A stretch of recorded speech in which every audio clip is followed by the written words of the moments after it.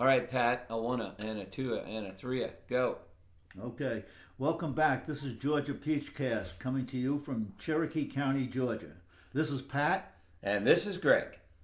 and today we're going to let Gregg get the thing started off. All right. So last week, our episode was largely about the Democratic shutdown and how it ended and how disappointed we were in the resolution and the 8 Democrats. Was it 8 or 6? It was 8, right? Do you remember? Yeah. I don't remember. Yeah. I just remember that we were upset and we shared our frustrations with you, and I'm sure you felt the same way. But then, later in the week, I calmed down a little bit and I started listening to some folks, and a particular one is Heather Cox Richardson. She is a historian, and she has got an amazing couple of pieces that she puts out, one daily and one weekly. And she had some really good points, and I think it's important that we spend some time letting our smart brains, rather than just our emotional brains, cogitate on this stuff and understand where we are. And some of the points she made I thought were really, really good. And, let's just face it, we did not get what we wanted out of that shutdown, okay? And that's the part we're really disappointed. But we did get some things that may turn out to be, benefits. And so I think probably the biggest thing we got is we know exactly where the Republicans stand. And that is, they don't care if people go hungry, and they don't care if people die because they can't get their health care. And that is pretty clear. And I think that's a really important thing that we need to be, focusing on when we're having conversations with our friends and family, particularly those that may be, really upset or are, on the red side of things. And so, the other thing we got that is a good concession is an opportunity to extend the ACA subsidies.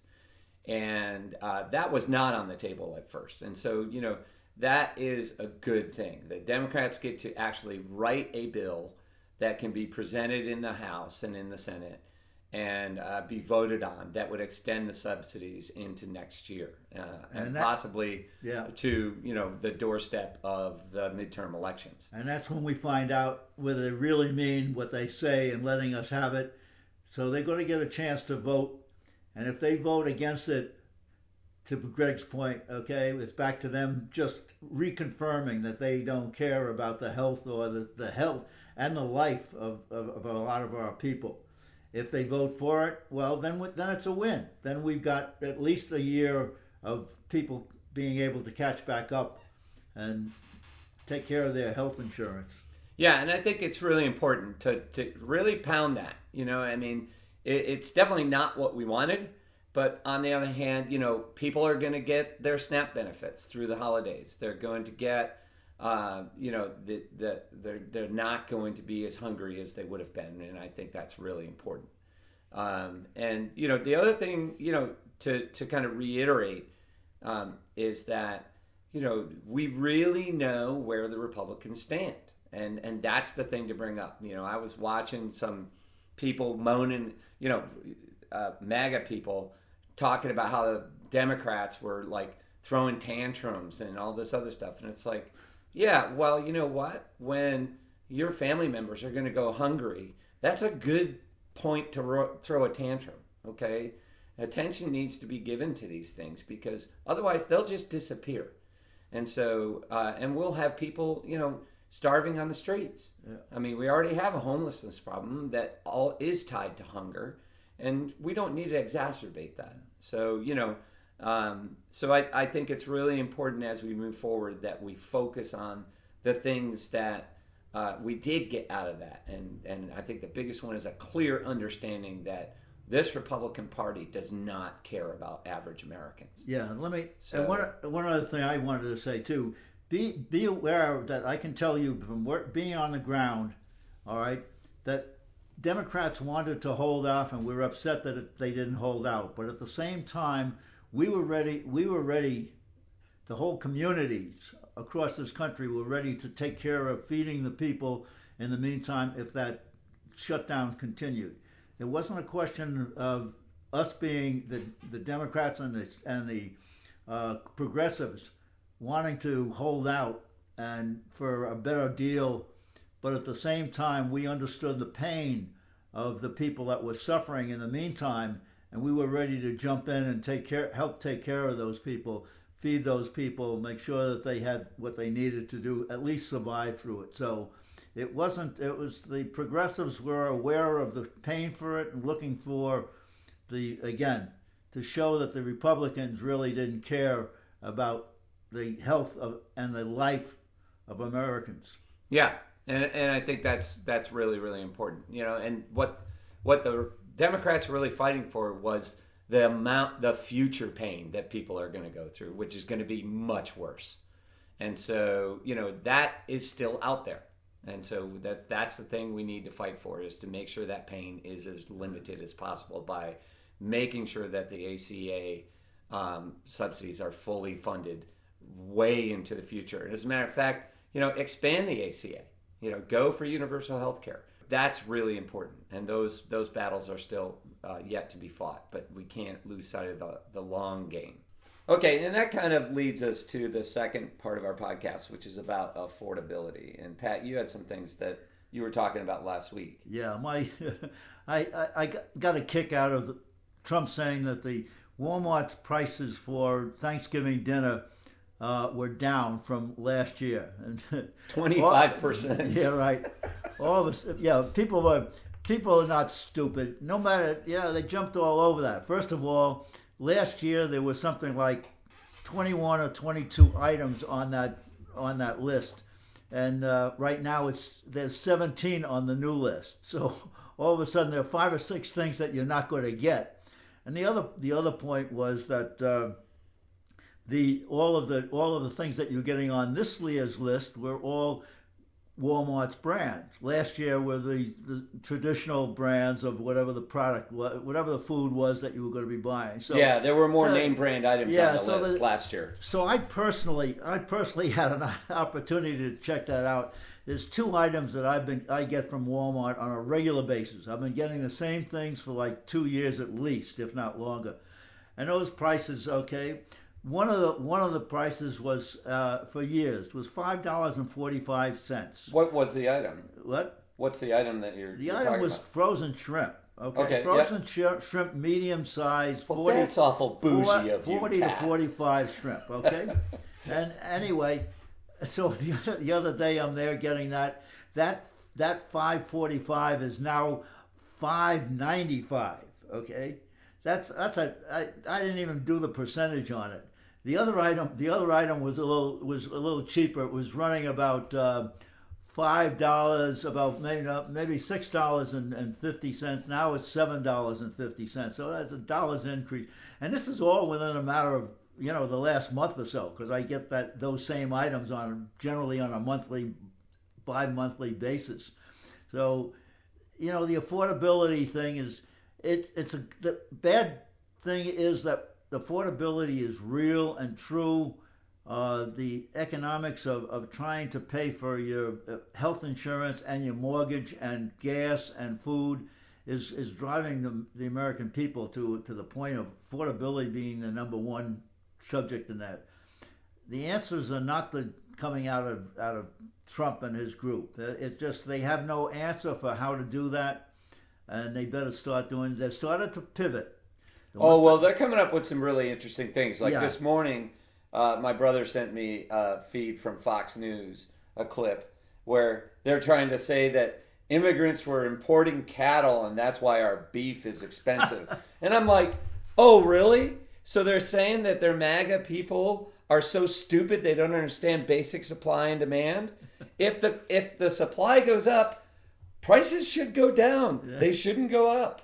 And so I just had to laugh at that. And that's the red pilling on Fox News that happens, that treats their viewers like they're absolutely stupid, is insane. And they're trying to make people believe, of course, that the sky is not falling when it comes to prices and everything. So that's where they're now they want you to buy a house and take a mortgage for 50 years. Oh yeah. In other words, they want your kids to be saddled with your mortgage, because that's what's going to happen.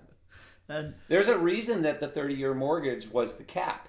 And that's because they realized when they came up with the mortgage system that people weren't going to live that long. You know, and I mean, this is right at the New Deal. People were already, their lifespans were 15 years shorter than ours are. And people cannot afford, there is a major affordability price, and homing, apartments, homes are all a major portion of that. Yeah, okay? And that's why homelessness homelessness rates are going up. And we're going to do a whole podcast on homelessness in our neighborhood. Yeah, so, that's good. That's a great idea. A really important thing that relates to affordability, but we're trying to keep our time factor down here. Right, and when we do that, remind me that we also talk about homeless with the veterans too, as part of that whole thing. We all know if you're the person in your family that's going out and buying food, either at a restaurant, we know that's up. If that's related to restaurant workers getting paid more, I'm happy to pay that. But increased food costs is there in that restaurant bill too, you know. And so, you know, the other thing is you know, I'm the one that shops for my family now. I'm retired. My wife is still working, and I've seen prices go up in the last year, and especially the last few months that, you know, they're just not coming down. So this whole idea that things are 25% cheaper is just not showing up in my grocery cart. So, and I know that you all are probably feeling that same thing. So, one last comment on that. Yeah. Back to my other point on it. I posted this on Facebook about the prices on those two items going up, and I said, yeah, prices are not going up because of the tariffs. I said, if you remember, everybody will remember that tariffs weren't going to be paid by the American consumer. They were going to be paid by the countries that we were getting product from. So since the prices at Walmart, in my specific case, went up, I am now another country paying for the prices. Yeah, anyway. I mean, if that was true, then nothing that's grown here in America would be subject to price increases, right? But that's not true, you know, and so... So, you know, and of course, how are they trying to get us to not pay attention to this? Is to come up with anything else.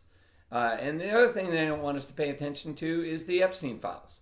And we also have to remember that, you know, Congress kind of got a windfall in the shutdown because they didn't have to show up, right? And so they spent 46 days not coming to work. And that way they didn't have to vote on the resolution to open up the Epstein files. And so, you know, that cover-up, and it is a cover-up. There's a concerted cover-up led by Donald Trump, because let's face it, he owns it all. He wants to be king. Pam Bondi and everybody else report to him. Nothing happens without his say-so. So he can sit back and say, I've got nothing to do with that. That's the Justice Department. That's crap. Okay? He's leading the cover-up. He does not want that information to come out and become public.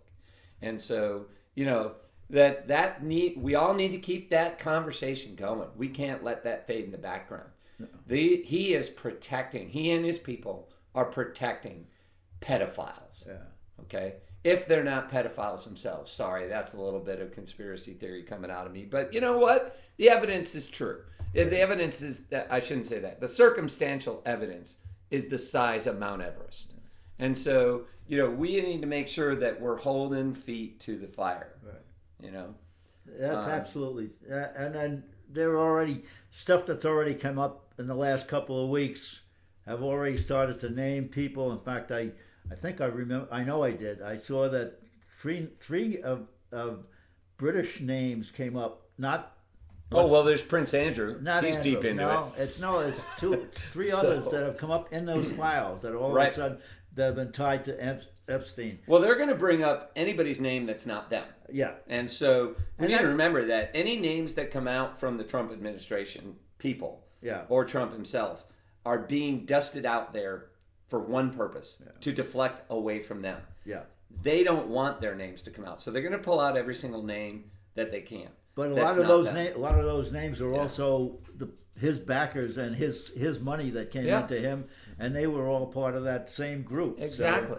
So, that was a group of multimillionaires who just thought they could do anything they wanted to, and being a pedophile to some of them, for some of them, was part of that whole thing. Yeah. Exactly. So, and as we wrap up here for today, we would like to remind you, that this is a pressure campaign and we have to keep up the pressure. Yeah. The reason they are reacting this way is because they're scared. So the way we win back the Senate, win back the House especially, and we get the country that we believe we should be on track is that we keep up the pressure on them. Okay? And so, have those conversations with your people about affordability, about the ACA subsidies and how important they are to millions of Americans. That, Republicans, the way they're working at the federal level in particular, they don't really care about the average American. They only care about their power. Okay? And they're showing it every single day in the way they act, what they vote on or don't vote on, what they say and don't say in the public space. And I got one last comment regarding that. Don't forget that the Republicans have been fighting the ACA and the health care plans that have come out, but they don't come up with an answer. They haven't come up with any kind of a plan. Not only a better plan, they haven't even come up with any kind of plan. Well, their concept of a plan right now that Donald Trump shared on Truth Social is to give everyone $2,000 to pay for their health care. Which shows absolutely how out of touch they are, that he actually thinks that covers people's health care. Yeah. It doesn't. Don't even get me started. We'll do a show on that coming up. Yeah. So, but we got to wrap things up for today. So, we want to remind you to keep the conversations going. Keep them focused on facts, not emotion. Be passionate, but let the facts drive your conversation. What do you want to say, Pat? Get ready for next year. It's going to be a hot year and a lot of work to be done. And please stay tuned and learn as much as you can about what's going on and understand it in detail, and make sure your friends and family also have that same interest in getting involved, because next year is a critical year. And so take care, and we'll be talking with you next week.